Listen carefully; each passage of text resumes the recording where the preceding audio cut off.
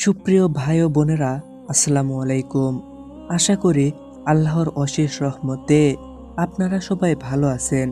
আজকে আমরা বলতে চলেছি একজন মদ্যপান ও খারাপ ব্যক্তি থেকে বিখ্যাত আলেম হওয়ার একটি বিস্ময়কর ঘটনা সম্পর্কে, যা শুনে আপনার মন ছুঁয়ে যাবে ইনশাআল্লাহ।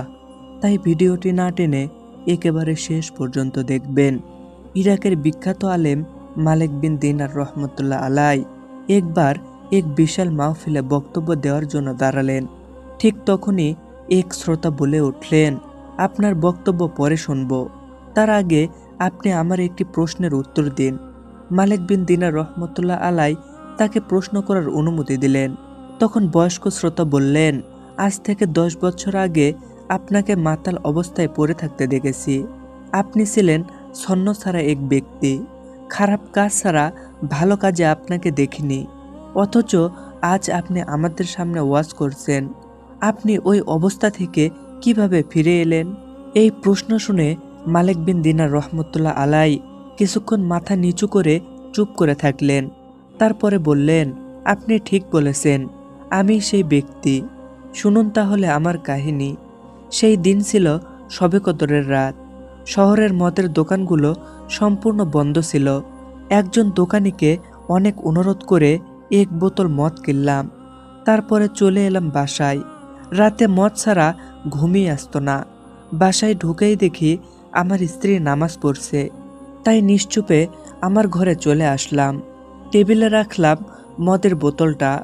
হঠাৎ আমার 3 বছরের শিশু মেয়েটা দৌড়ে এলো এবং টেবিলের সাথে তার ধাক্কা লেগে মদের বোতলটি মাটিতে পড়ে ভেঙে গেল।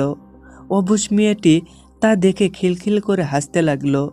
মেয়ে বলে তাকে কিছু বলতেও পারছিলাম না। ভাঙ্গা বোতল ফেলে দিয়ে আমি ঘুমিয়ে গেলাম। সে রাতে আর মদ খাওয়া হলো না। তারপর কেটে গেল 1 বছর।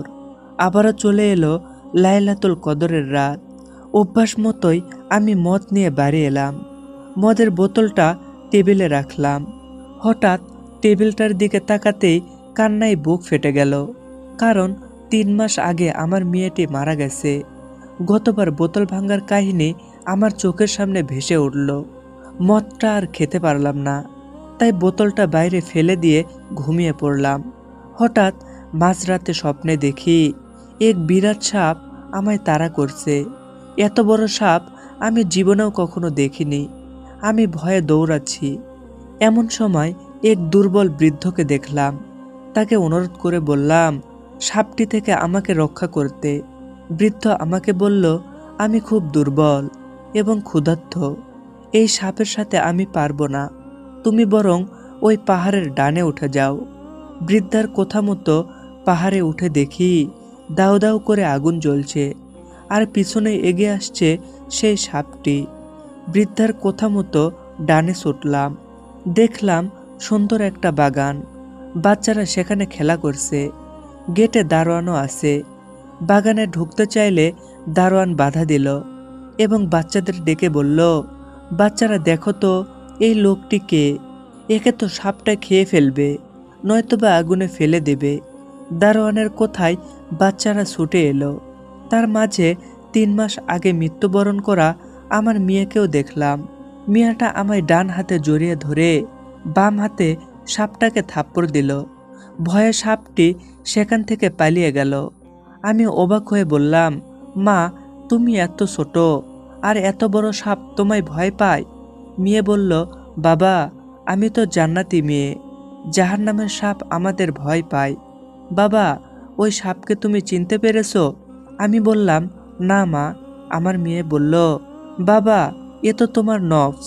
নফসকে তুমি এত বেশি খাবার দিয়েছো যে সে আজ এত বড় আর এত শক্তিশালী হয়েছে। সে তোমাকে আজ জাহান্নাম পর্যন্ত তাড়িয়ে নিয়ে এসেছে।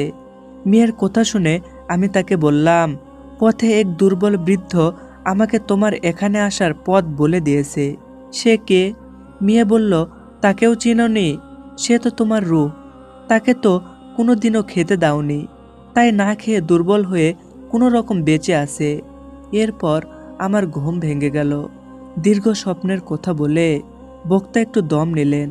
তারপর বললেন, সেই দিন থেকে আমি আমার রূহকে খাদ্য দিয়ে যাচ্ছি, আর নফসের খাদ্য একেবারেই বন্ধ করে দিয়েছি।